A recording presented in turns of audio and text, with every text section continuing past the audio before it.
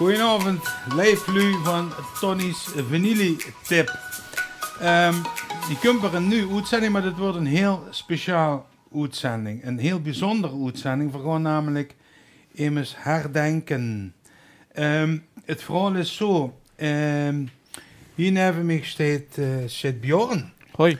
Dat is Bjorn. Hoi Bjorn. Hoi. Fijn dat ze best. Ja. Bjorn heeft mij voor de corona gebeld. Zeg, ik ken een in Maastricht, een Huub Gillissen.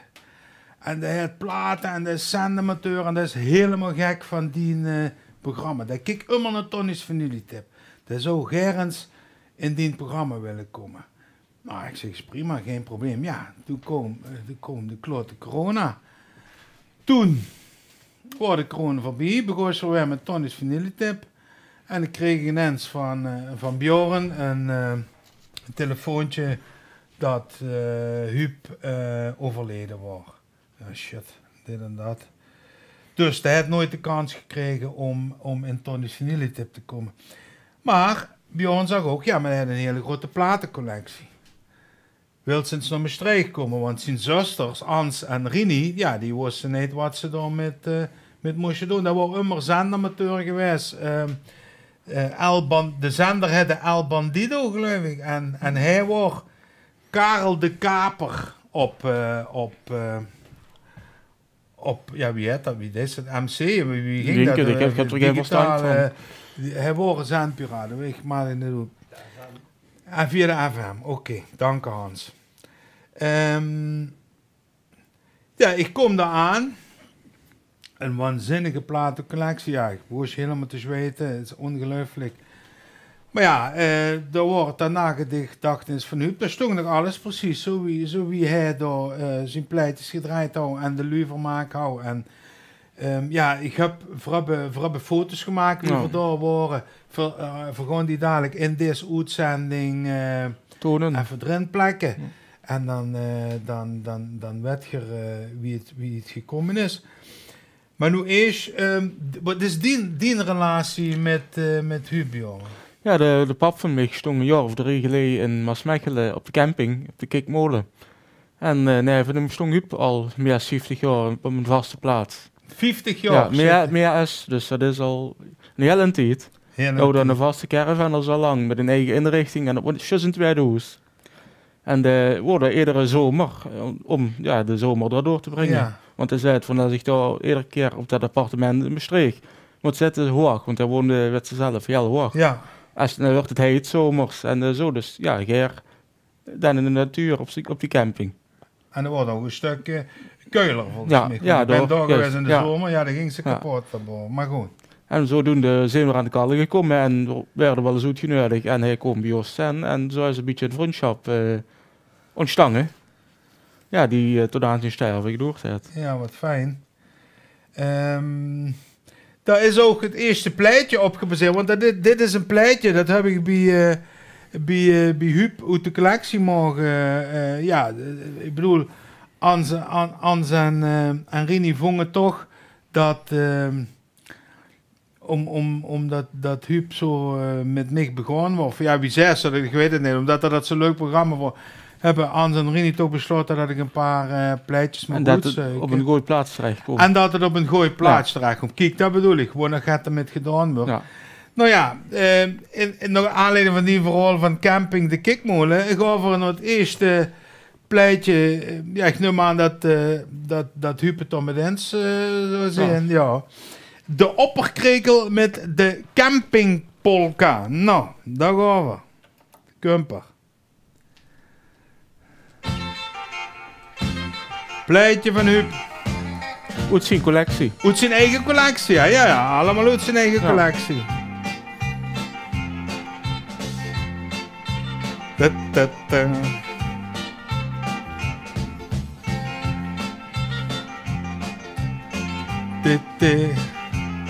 Dronk Huub bier of nee? Ja, pils gewoon bier, ja. Ja, op Huub. Drinken we zin op Huub.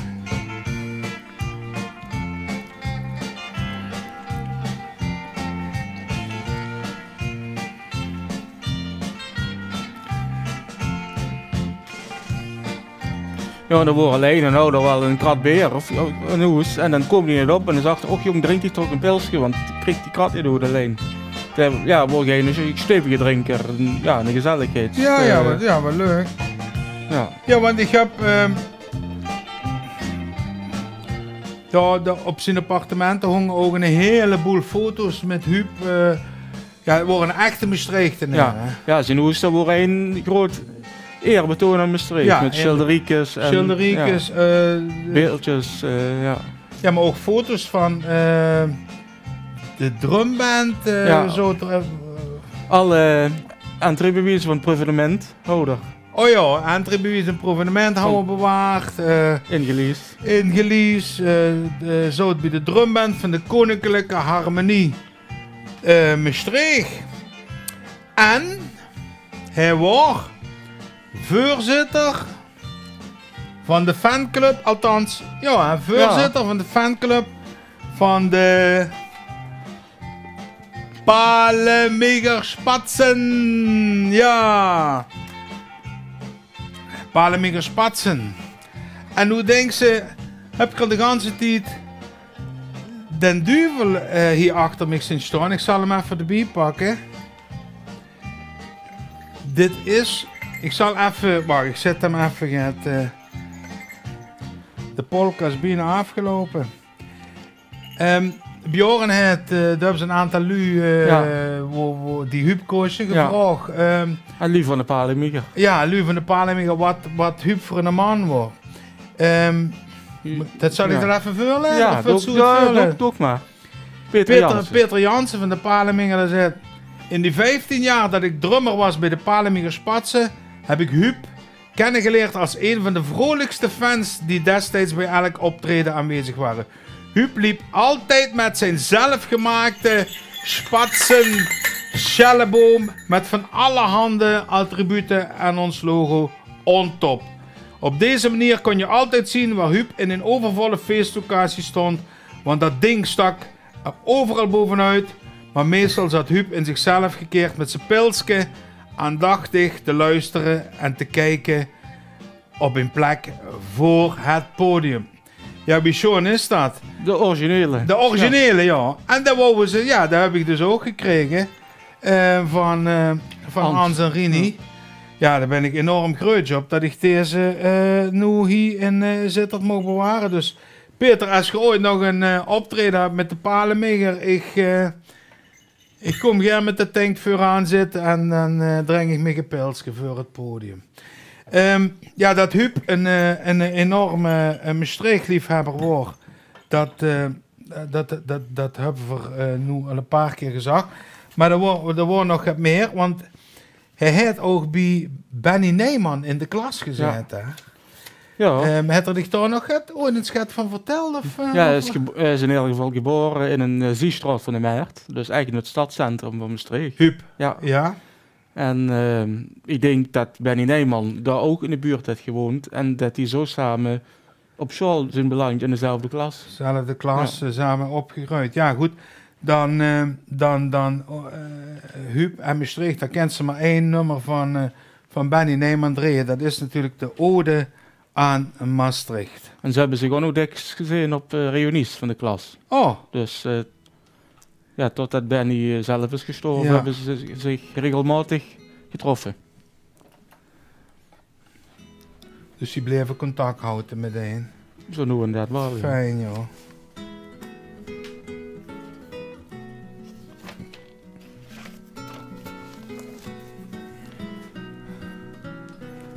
Lekker pilsje, hè, ja. Wacht even, moet ik even de volgende plan maar goed, ja. D7.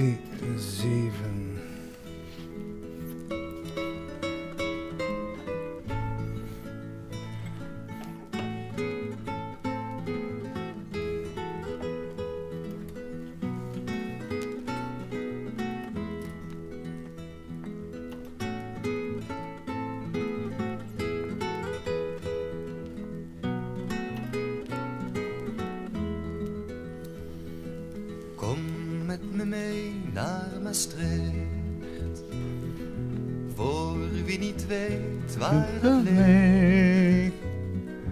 Ergens in het uiterste zuiden van het land, parel van het Limburgse land. Mag, want daar hebben we weer iets. Staat met een eigen gezicht, door de Romeinen gesticht. Oh ja. En door de Fransen beïnvloed als geen. Wees Jean Veugen. Dat is een Maastricht, neer. Ja. Ja, waar wie of wat, Nee. ook in een kennis. En de kennis van u. Ja, dan met de vastelavond tegenkom. Ik ben al van de prins. Oh, met de print? Ja, dat Met stond Stijn. ja, dat stond het natuurlijk. Jean, die schreef over u. Ik koos hem al van 1992, van wie hij foto's maakte bij de boebeleren in De Heeg. Daarna zag ik hem nog dikwijls in de stad en met het prins inhalen zongen altijd voor het heuntje, het haantje op de markt op Sinesteen. Hij was een zeer amabele mens en dan vond je het altijd leuk om een praatje met hem te maken. Ja, wie schoon is dat niet? Ja, en ieder jaar op dezelfde steen stond er toen.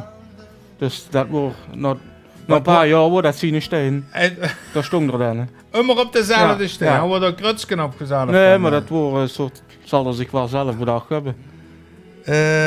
Ja, Peer Heiligers van de Palenminger. Hè, ook nog, ja, hij zei het Huub. Hij was echt de allergrootste fan van de Palenmingerspatsen. Alle fanartikelen waren in zijn bezit. Hij miste geen enkel optreden en als bestuurslid van de Palenminger organiseerde hij heel vaak busreizen in binnen- en buitenland. Nou ja, goed. Ja, en een van die attributen heb ik dan nu en ben ik heel erg grutsch op en ik zal hem koesteren. Ja, want die gingen ook lekker met bussen naar Oostenrijk of zo. Ja, waar de slager en Tiroler muziek. En daar ging Huub met. Ja. En dan houden die daar denk ik op treins. En dan gingen die dan met de. Want Huub regelde dan die busrijden. Ja. Oh, chic. Ja, nog een die gereageerd heeft op die oproep. Frans Teunis. Dat was te vertellen over Huub.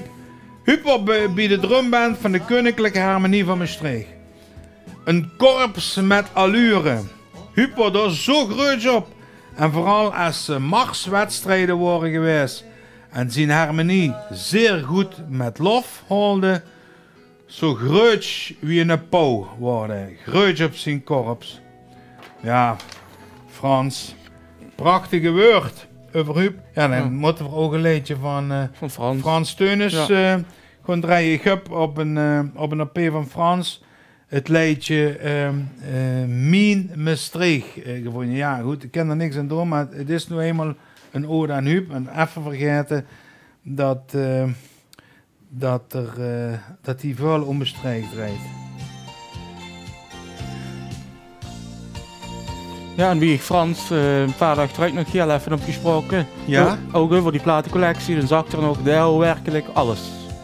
We wou ook lekker wie hem komen kijken op die platenkamer. Is Frans toch geweest, ja? En daar waren ook helemaal onder de indruk toen dat tijd. Ja, was chic. Dit is trouwens Frans Teunis en de Nachtgraven nog. Mien Maastricht. Ach, maar moeten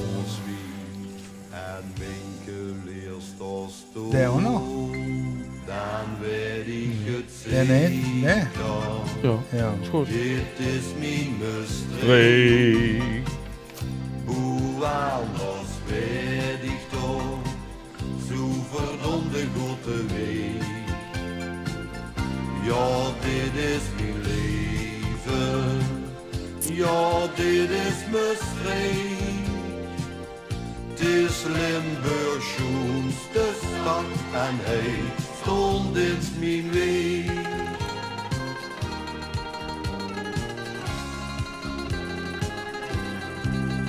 Op het allerschoonste plein, dat kind je wel denken, hoe jong en uit begin, zich gieren en het drinken, het is gezellig en duurt zoveel muziek. Ja, wat doen we ook nog? Oude dan die ook nog gevraagd of ze gaat spulkes van Huub. Wat houdt het weer als herinnering? Ik heb Een kettingske, wat er altijd omhoog. En wat heb ik nog? Die schilderieën wat er op hangen, verschillende. Ja, wat leuk. Van Maastricht. Ja. Ja. Dus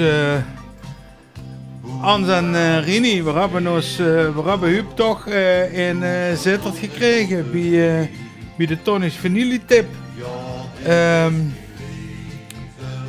Over 17 juni 22 is er overleden. Ja. Oh, hij was bode bij de gemeente Maastricht. Misschien dat jullie hem daar ook van kennen. Ja, natuurlijk. dat zou best kennen, ja. Want dat is toch net niks, hè? Ja, dan hebben we eigenlijk...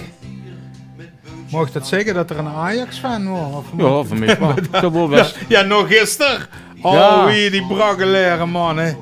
Dat zal Huub toch niet het grootje Nee, op dat zal geweest er zijn. wel... nee, dat... Nee. Maar die ging altijd naar Amsterdam als ze kampioen worden geworden. Oh, toch? Ja, Ja. ging er ook... Ja. Oké. En een trouwbezoeker van de Nijmeegse Vierdaagse. Vond ik ook Of met fantastisch. lopen of alleen... Nee, kijken wie er nu altijd binnenkomen. En de Gay Pride, dat was in Ging vaste ook, prik. ja. Ja. Allemaal leuke feestjes. Dus dat pakte zich wel Ja. zien een lol. Ja, en alleen, dan ging hij met de auto, 's morgens toen op mijn streek. Oké. En dan hadden we dan een leuke dag. We hadden van alles gezien en dan komt er s'avonds. Trek. Komen dan naar de camping. Trof je Ja, hem of dan naar wel op de Oester. camping? Ja, voor eerder. Nu de laatste jaren niet meer zo, Oh. maar... Ja, Bjorn, er is nog één ding. Dan moet ik toch even... Dat vond ik zo schoon. Wie stoem ik dat vertelde, is, ja, dat Huub overleden was. En ja goed, ik heb de Huub natuurlijk niet zo goed Nee. gekend, maar een van de dingen die ze als eerste zag, de hadden een muziekverzameling met een ziel. Sorry, ik gooi eens even erbij, maar een verzameling met een ziel, ja, dat vond ik zo mooi. En ja, dat merkte ze ook als ze daar in zijn kamer stond. Ja, dat er daar volgens mij enorm blijvend kon waren om gewoon pleitjes en Ja. muziek te draaien. Dus, Anzarini, ja, dit is toch nog ene keer Huub in Tony's Vanillitip. Het is geluk. Het is geluk. Versloten af. Ja, wie kent het ook anders? Ik wilde het net zeggen. Ja, het is eigenlijk versloten af met het Maastrichts volkslied en dan drinken we ons nog één op Huub en God geeft hem de hemel en ja, zijn laatste wens zal het niet geweest zijn, maar Ja, één dat. van zijn wensje is verheurd, hij is in Tony's Vanillitip geweest. Nou, daarover.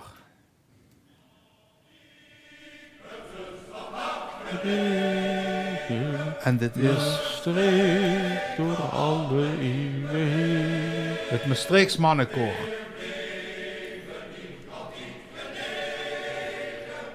En het houdt er ook ophangen. In een De tekst, hè? ja, Ja. dat zal ik er dadelijk in beeld zien. Onder leiding van Jean Lambrechts. Nou, Bjorn, Ja, bedankt. Huub, ja, proost. het gaat niet goed. We drinken in een opticht.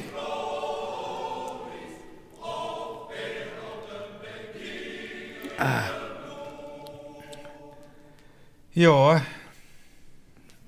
Oh. Je wordt compleet net. Ik hoor wel, ik denk, ja, dat wordt me het hoes minder werd. Oh. Dat Maastrichts volk sleet die drie mannen. Oh, wie kerel. Het is gedaan, dus dat zit er tegen. Hey, shit, oud man, hè. Maar ja, uit respect voor Huub, laat ik het maar even aflopen. Oei. Nee, toch, ik vind het toch wel leuk dat we dat zo, Ja. wat zo gedaan hebben. Zullen we nog het vergeten? Nee, we hebben eigenlijk alles. Nee. Praten zijn, ja. Weet verrusten uit mysterie.